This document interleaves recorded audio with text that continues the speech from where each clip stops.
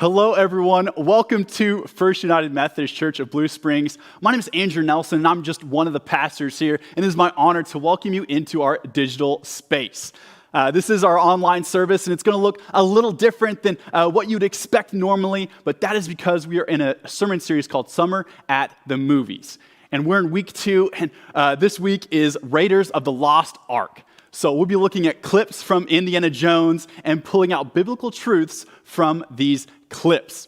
If you want the full experience, we encourage you to come in person next week. But if you are new with us and you're just jumping in and really just trying to get your feet wet here at the church, we would love to know that you're joining us for worship.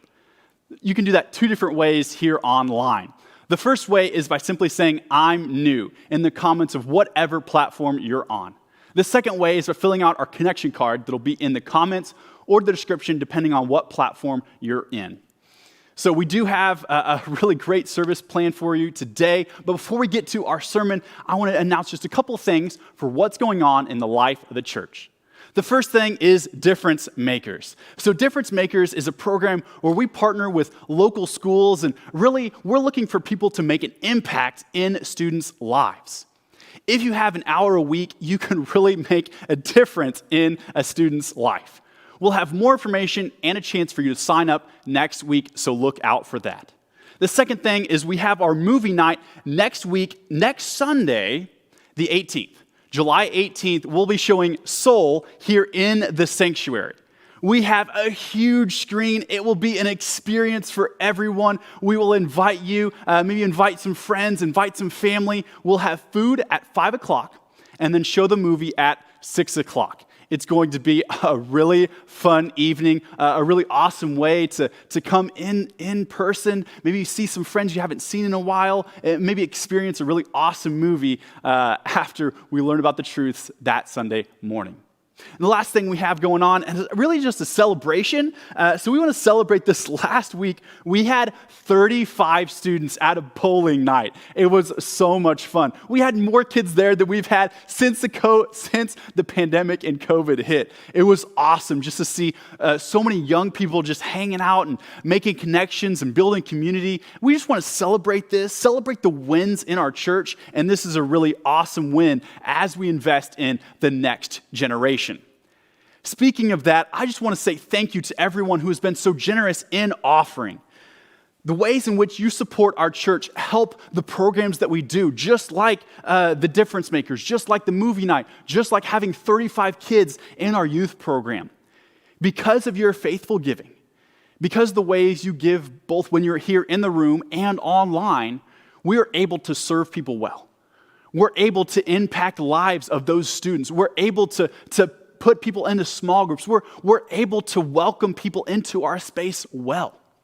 Every week, I have the opportunity to meet new people and shake their hands and connect them with other people, and we can only do that because of your giving.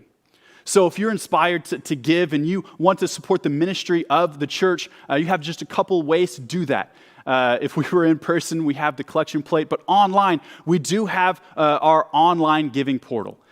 And if you want more information, it's at bluespringsumc.org/give, where you can set up regular giving, give once, whatever that might be. I would encourage you to support the ministry of the church.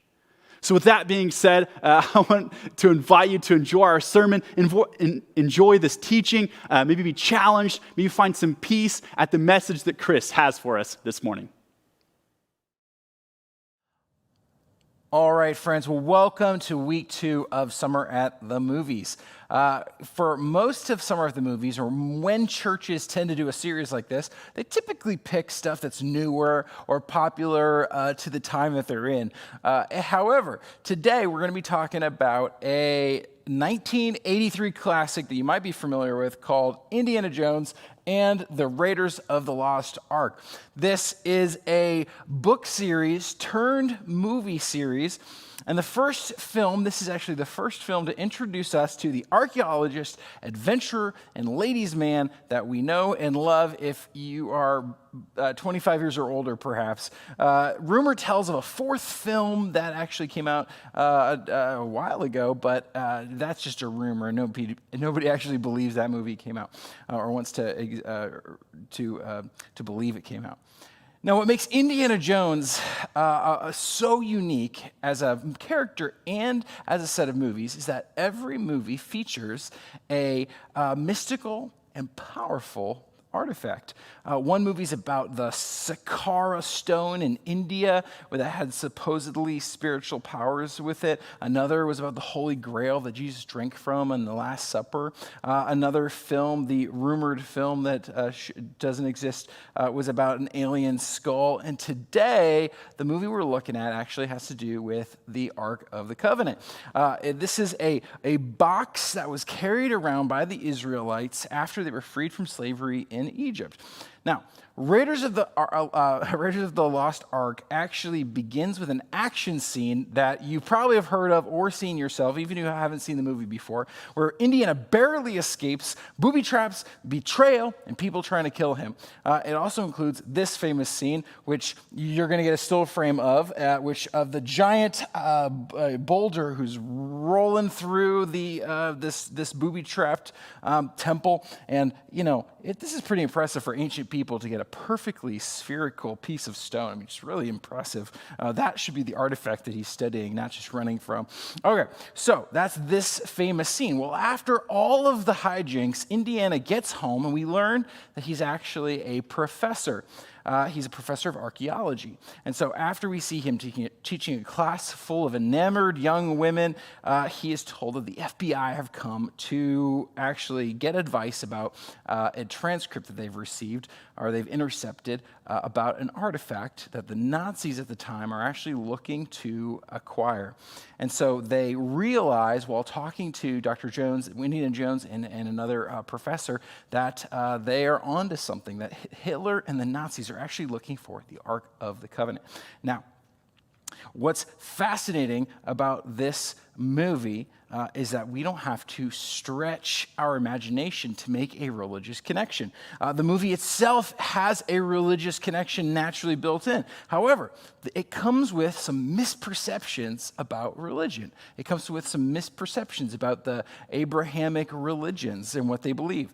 So instead of having to make a religious connection today, we have the task before us of actually undoing the religious assumptions that this film makes. And so today we're going to be doing our own archaeological dig as we get to the truth behind 3 religious misconceptions. And so let's watch our first clip. I'm going to give you a play-by-play here and dig up our first misconception. So here's the clip. It's with this is the FBI talking to Indiana Jones, and they're talking about this scene right here. And it says they say it this, like, what's this stuff, this yellow stuff? Well, that's lightning, fire, power of God or something is what Indiana Jones says. And they say, I understand Hitler's interest in this. He says, yes. The Bible speaks of the ark leveling mountains and laying waste to entire regions. An army which carries the ark before it is invincible. This is the clip that we are actually watching right now. That's what they say. It's like, this is absolutely a force of power that would turn the tide of any world war. And so, this is the misconception that we have to deal with. And it's this right here. Our first misconception is that God is violent. That God is violent. This might seem like a strange misconception to try to pull back or to recover from or to readjust ourselves to. And the reason that this is a misconception is not just in the movie when it talks about this religious artifact being a force of destruction, of being able to have fire or lightning or power of some sort that can hurl, that can destroy your enemies. While that might seem a little bit of an exaggeration for Indiana Jones, it actually is kind of close to what people believe today about God. This is a misconception that's really popular, both among religious people and non-religious people. It might seem like a silly thing to believe, but this is something that still invades a lot of our thought processes. Here's what I mean by this. People believe that God is violent, and there's a good group of people who believe this, and they believe it in ways that maybe aren't as drastic as Indiana Jones, but they kind of fall into these two categories. One is that people who like that God is violent, and another category, people that fear that God is violent. There's people who like that God is violent and people who fear that God is violent. Here's what I mean by that. No one generally wants to believe that God is violent. However, we also don't want to believe that there are people who would like God to be violent. It seems too drastic. It seems too out of touch with reality. However, there actually are people who feel this way. And it's not just religions that we are associate with violence. Christianity has been this way. Throughout Christian history, we've had incredible struggles with using violence to get our way, even though Jesus has a very different perspective. And we've sometimes used God's name in violent acts. And we still, and sometimes even talk to God about God today in violent ways. For me, I have this memory of taking my faith seriously as a teenager at a small church in Western Massachusetts. And I remember falling in love with Jesus, loving church, having it impact my life, but then also having these moments where I realized, well, these people really think God is vindictive and will punish people and destroy people. And while we would talk about Jesus loving people, then the conversation would turn and it would become a conversation about judgment and about how the rest of the world would burn in God's anger and God's judgment. And it was so funny to see the primary interaction of their view with God is one of an angry father who wants to wreak havoc on anyone who doesn't follow him exactly as he commands. And that's not just that one church. There's lots of churches like that. You've seen churches on television or maybe even locally. I've seen one church actually in person at 3 different churches around the country boycott churches for not having drastic enough or violent enough theology about what they believe. I mean, there is a group of Christians who actually like the fact and want God to be violent in some way for everybody else except for them. By the way, one of the things that actually convinced me this worldview wasn't right, besides my own conscience and reading the Bible, but one of the things that really convinced me is this ancient word that you might be familiar with, evangelism. So evangelism in English usually to us means, if you grew up in church, it means kind of share your faith with someone or try to push your faith on someone. But what's funny is the word comes from Greek, and we dropped it into the English language. The word in Greek is evangelion, and it literally translates as good news. And so whenever we talk about the good news, it's literally what the early Christians called the message of Jesus. They said, hey, this is good news.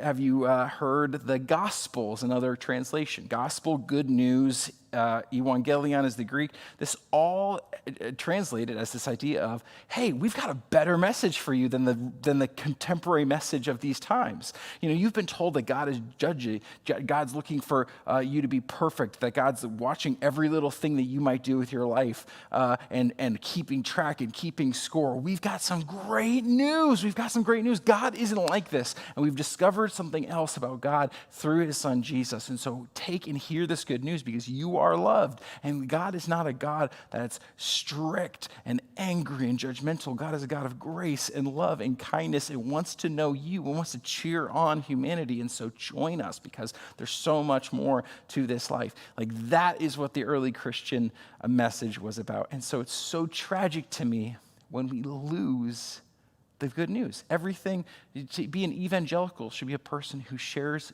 good news. And yet, why is the news always so violent? And that's what convinced me is the first Christians didn't even associate. Literally, the word they used to talk about their message had nothing to do with judgment. It was the opposite. We flipped it on its head. And we've, in some ways, need to take it back. So anyways, that's one of the things that helps me understand God in a different way. So the second group of people that have a belief in God as violent is the people who fear that God is violent. People who fear that God is violent. This is, you've probably been told, or, you might have fallen victim of the message that God is looking to judge people. I have conversations with people on a regular basis that just think that God is out to get them, or they fear that God's out to get them, or that they're going to fall short somehow, or that they're not good enough. And I hate that the Christian message has become that kind of message. It reminds me a little bit, I call this evil Santa theology. Evil Santa theology. Here's why. Have you ever sung this song right here? He sees you when you're sleeping. He knows when you're awake. He knows if you've been bad or good. So be good for goodness sake. You better watch out. Evil Santa Claus is watching, aka God. This is how people view God. That it's like a Santa Claus who's watching every little thing. We just have taken the false narrative of Santa Claus and just blown it up into a bigger adult version that's terrifying. And this is not what the Scripture says. This isn't what the Bible says. This isn't what the Christian faith says. God is full of grace. And so how do we take it from here? So to get back to the movie, the portrayal of God in the Bible is so different than the portrayal of God in Indiana Jones. And especially we see this in how they portray the Ark. So while the Ark is portrayed in Indiana Jones, excuse me, as a weapon, in the Bible it's actually portrayed as a box that was carried by the Israelites when they escaped captivity in Egypt, and they didn't have a religion, and they didn't have a society, and they didn't have any structures, and they didn't have any systems, and they were just a bunch of former slaves trying to survive in the wilderness. And so they had, among a lot of other things, they were given this ark to carry with them. And if we haven't, we don't teach on it a lot because it's kind of one of those things that seems confusing. And so here's a little bit more detail about the ark. So it was carried around, and for hundreds and hundreds of years was either carried in something called the tabernacle, which was a holy tent, or the temple, which is like the tent got upgraded. And that is where they kept this Ark of the Covenant. Occasionally it got brought into battles. The Israelites lost it at one point. It was given back, and then it kind of faded into history, which is where Indiana Jones picks up. So what was in the Ark? What made it so special? The book of Hebrews tells us what the first century Christians believed was in the ark, and they're referencing certain other places in the Hebrew Bible. And so it actually says this. They pitched the first tent called the Holy Place, and it contained the lampstand, the table, and the loaves of bread presented to God. This is talking about their tabernacle. And there was a tent behind the second curtain called the Holy of Holies. This is the holiest place, both in the tabernacle and in the temple eventually. And it had the gold altar for incense and the chest containing the covenant, which was covered with gold on all sides. And in the chest, there was a gold jar. This is what's in it. A gold jar containing manna, Aaron's rod that budded, and the stone tablets of the covenant. That's what's in the Ark of the Covenant. Okay, so what is this stuff and why is it in there? Here we go. We have manna, Aaron's rod, and the 10 commandments. So what's this stuff and why is it in there? Well, it's actually closer to less of a weapon and more of a memory box. Here's what I mean by that. So manna would have been a food substance that when they first were entering the wilderness and they were trying to feed tens or hundreds of thousands of people, and God provided this thing called manna. And we don't know exactly what it was, but it was something that they kind of found on the ground every morning and ate it, and it would last for the day and provide enough sustenance for people to survive in the wilderness. And so they took some of this manna, and they put it in a jar, and they kept it in the Ark of the Covenant. And the second thing that was in there was Aaron's rod, a budded rod. And so this is actually from a story when, as they were trying to figure out their civilization, one of the systems that they were trying to come up with was who had the priestly duties. who was going to take care of the religious stuff. And all the different tribes wanted to do this, and they were fighting between each other. And so Moses finally asked God to decide and to make it clear to everybody. So every tribe took a staff, and they put it in a public place, and then they waited overnight, and in the morning, the rod that had budded and blossomed, had come to life, would be the one that would represent the priestly class as part of their people. And so Aaron, Moses' brother, actually had his staff out there, and so that became the tribe that actually became the priestly class for the Israelites. And so it says that it blossomed and had buds and also had almonds on it. So it was a tasty treat and a miracle. All right, and then the last thing that was in the ark was the Ten Commandments. Most people and some scholars think that the broken Ten Commandments were in there too. And if you haven't heard of that before, the broken Ten Commandments were the first actual commandments. And so when the Israelites first got into the wilderness and they went to God and they started to form this connection to God and actually have a formal religion instead of just kind of a folklore about God, instead of being just a primitive religion, to start to put structure and to start to grow that relationship with God, Moses went up the mountain, got these 10 commandments, and brought them back. And in the time that he was gone, the Israelites had just gone crazy. They had just been locked up in slavery for hundreds of years, and they were partying, and they were doing things that they shouldn't have been doing, and they lost all sense of morality. And Moses was heartbroken and angry, and he threw down the 10 Commandments. And then after some chastising and some hard leadership decisions, Moses then went back up the mountain, got a second pair of tablets, and came back down. Now, sometimes we think of the Ten Commandments as just moral rules and moral laws. It's been handed to us. Everybody should obey the Ten Commandments, except that's not what it was to Moses, that's not what it was to the Israelites, and that's not what it was to God. Something that we fail to realize thousands and thousands of years later is that the Ten Commandments were part of a covenant. A covenant's another way of saying an agreement. I will work with you and you will work for me. When you hire someone to do a task, I will give you X amount of money and access to my home, and you will fix X, Y, and Z. And we have an agreement, and we sign, and we shake, and if you don't do payment, we take it somewhere else. Right? When you get married, you do a marital covenant. I promise to be there for you, and I promise to be there for you. And you make that promise. This is very similar to that. It's the Ten Commandments were the people's, the human side of that agreement. God said, I will be your God. I will bless you. I will guide you. I will help keep you safe. And you will be my people. But what that means is you're going to have to agree to a higher standard. And so the Ten Commandments were part of that higher standard. It was part of the covenant, the agreement. That's why we call it the Ark of the Covenant, because inside of the Ark was a remembrance of the agreement that they made, the covenant they had, the partnership that they had with God. That's why they carried it around. What's fascinating about this is all three of these things they were stories and moments where God had been there for them.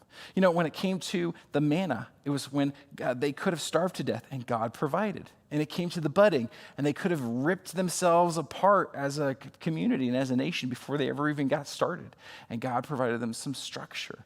They wanted they made an agreement, and God was there for them to guide them and bring them into a new future, and then gave them rules and responsibilities to help them take a next step as a community. All of these things were memories of how God was faithful to them. And this is what they carried around in the ark. This is what made the ark holy. It wasn't a weapon. The ark was their favored memories of how God was there for them. It was a reminder of what their relationship to their Creator was like. It was this beautiful thing. And these items represented key moments when God was there for them. That's what was in the ark. How opposite of the folklore is that? How opposite of the Hollywood portrayal of the ark is that? It was a holy thing because it reminded them of their relationship and covenant to God. It was about promises. Okay, so let's keep digging in here. So here's what happened next. First of all, we see Indiana Jones then fly to meet an old flame and his colleague, and his colleague's daughter, who's this old flame. I know it's kind of complicated. Her name is Marion. And so his colleague had passed away. Marion was running this pub in this tavern, and so she ended up helping. There was a fight scene, and the place caught fire, and Marion ended up traveling to Egypt with him to help him find the next step of where this ark could be. And so there's all sorts of chaos in the streets of Egypt. When they get there, Indiana Jones just shoots this giant swordsman. Then at one point, he thinks he loses Marion because he thinks she's in this car that explodes. And so then Indiana Jones is heartbroken, and he finally sits down with the arrival of a nemesis, whose name is actually René Belloc. He's this French archaeologist. And they have this conversation as they're sitting down. And I wanted to point this out. So here's the clip here. And what ends up happening here is he says, Jones, do you realize what the ark is? It's a transmitter. It's a radio for speaking to God, and it's within my reach. And I love this response. It's so fun. Indiana Jones says, you want to talk to God? Let's go see him together. I've got nothing better to do. I just think that's the funniest line in the whole movie. And then, of course, there's, the guns come out and Indiana Jones gets safely away. And so we have this second misconception that he says, that Belloc says, it's a transmitter. It's a radio for speaking to God. And this leads us into our second misconception, that there's a special way to talk to God. That there's a special way to talk to God, which is a funny misconception to have, but a lot of us, again, carry this misconception, just like Hollywood did. And so here's what Jesus actually says. This is going to be a much quicker one. When Jesus talks about this, he says this: when you pray, don't pour out a flood of empty words as the Gentiles do. He says, don't go on and on. Don't use fancy language. You don't have to use code words to talk to God. You don't have to look smart. They think that by saying many words, they'll be heard. Don't be like them, because your Father knows what you need before you ask. And this isn't about, don't pray because God knows. It just says, you don't have to use flowery language. You don't have to make prayer this event. Just talk to God. And then he goes into saying, and this is how you should pray: Our Father. The prayer Our Father is such a departure from traditional prayer because it's not necessarily meant to be memorized. It's not supposed to be the prayer you pray. It's supposed to be a model for having a conversation with this parent in heaven who loves you. It's meant to be personal and real, and you don't have to put on airs or do anything fancy. You just talk to God. You don't need a device to talk to God. Anyone, anywhere can talk to God. I was talking to Mona Candia, our next gen director, this morning, and she was here setting up for our awesome camp that's starting tomorrow, and I cannot wait to hear how the 170 kids running around our church are going to be introduced to a healthy and gracious kind of faith.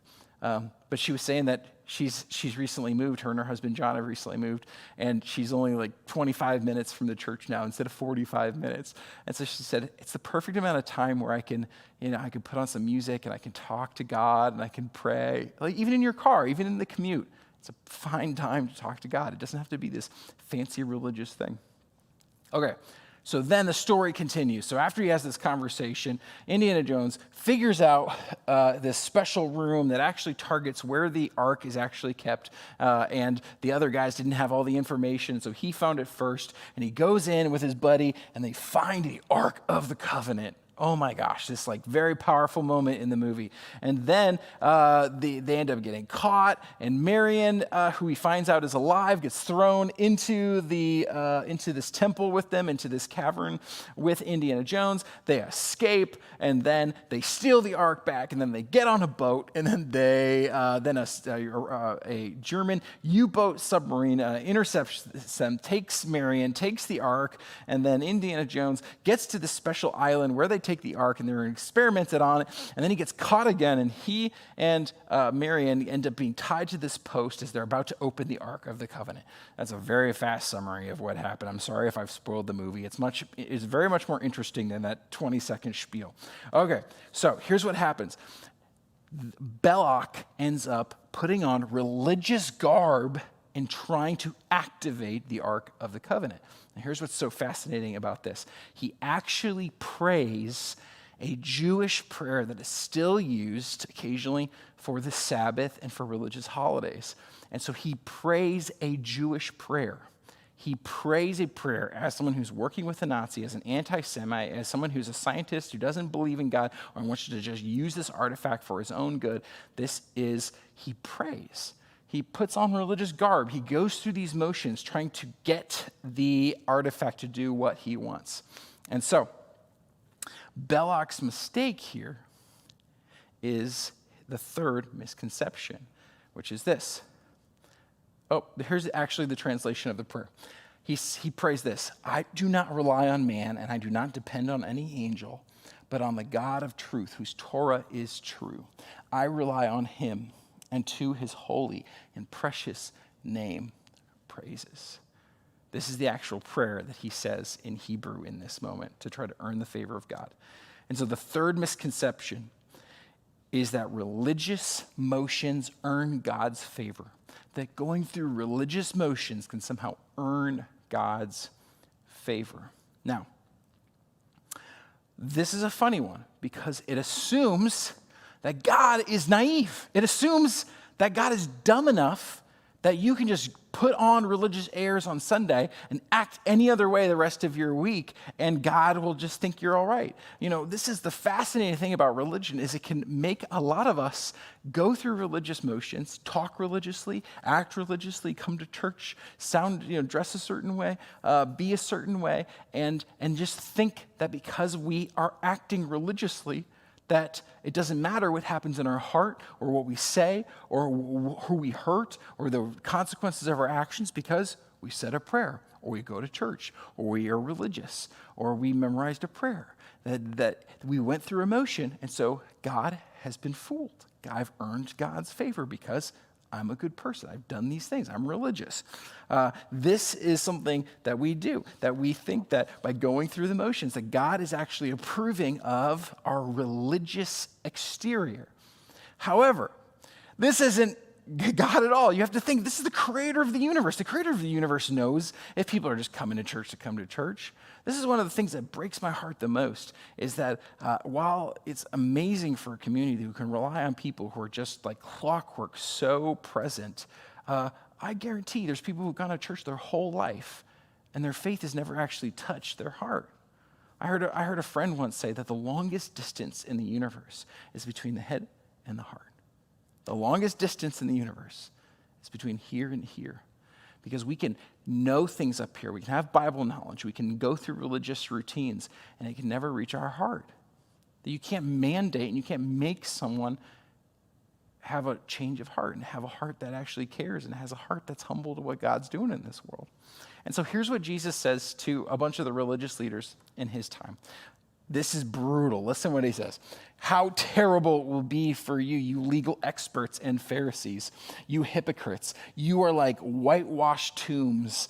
They look beautiful on the outside, but inside they're full of dead bones and all kinds of filth. In the same way, you look righteous to people, but inside you are full of pretense and rebellion. You don't actually want to follow God. You're not actually full of humility. You just act it, and then you don't want to actually, when God calls you or moves you or pushes you to go outside of your comfort zone, to love people you don't want to love, to be a kind of person that you don't want to be, that's when they're rebellious and they just keep the exterior of purity. Woo, Jesus, that is mind-blowing to me that he said those kind of words, and we forget them today conveniently. And it's because he's talking to religious people. That's why we forget them. That's why we don't remind people of them, because they're about us. And so, what Jesus basically says to these religious leaders is this: you have only fooled yourselves. God isn't fooled by just going through the motions. God isn't fooled by saying and acting the right way. It's what's in here that God understands. And so let's see if Belloq's bid here actually works out for him as he and the Nazis open the ark. And so as they open it, the scene is so cool, the music's so fantastic. I'm sorry, look it up yourself or watch it at home. But Indiana says to Marion, he says, whatever you do, don't open your eyes, don't look at this. And so these spirits begin to come out of the ark, which makes no sense. However, they come out here, and these Nazis and these people are so fascinated by this. And initially there's joy, and they think they're seeing something beautiful and holy. And then they start to get a little freaked out here, and they start to feel uncomfortable. And Indiana and Marion are keeping their eyes closed. And so eventually this turns bad. And so he's fascinated with this. It's Belloq. This is just and then this is where we're going to stop because it gets really freaky deaky for the kids. All right, so this is what happens, that it turns on them, and then everybody ends up dying and being sucked into the ark except for Indiana Jones and Marion. And then we kind of get to the end. They live happily ever after. The ark goes into the government's holding facility. So while Raiders of the Lost Ark did get misperceptions wrong, what it got right was that it was it got right. The idea of trying to use God for your own purposes backfires tremendously. It will blow up in your face or melt your face when you try to use God for your own purposes, when you selfishly try to use God as a tool to get what you want. Being religious is not using God, is not putting on the airs to earn favor so you can use God for what you want. Being religious is being used by God. True religion isn't what you look like or how you act religious. It's the humility to let God work inside your life. And so the real question that I have after watching this for myself and for us is this. Are you living into some misconceptions?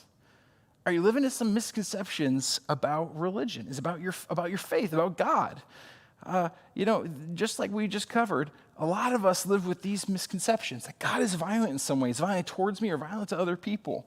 That there's a special way to talk to God, and I'm probably not doing it right. And that religious motions earn God's favor. That by going through the motions, I can get some kind of comfort. By sounding religious, I'm doing the right thing. And so the truths on the flip side of these misconceptions are these. That God is love, not violence. That God is love. And that anyone, anywhere can talk to God. And that a humble heart earns God's favor. And so what does it look like for you in your life? Not some fantasy, not some movie, not some Indiana Jones costume, but for you in your life.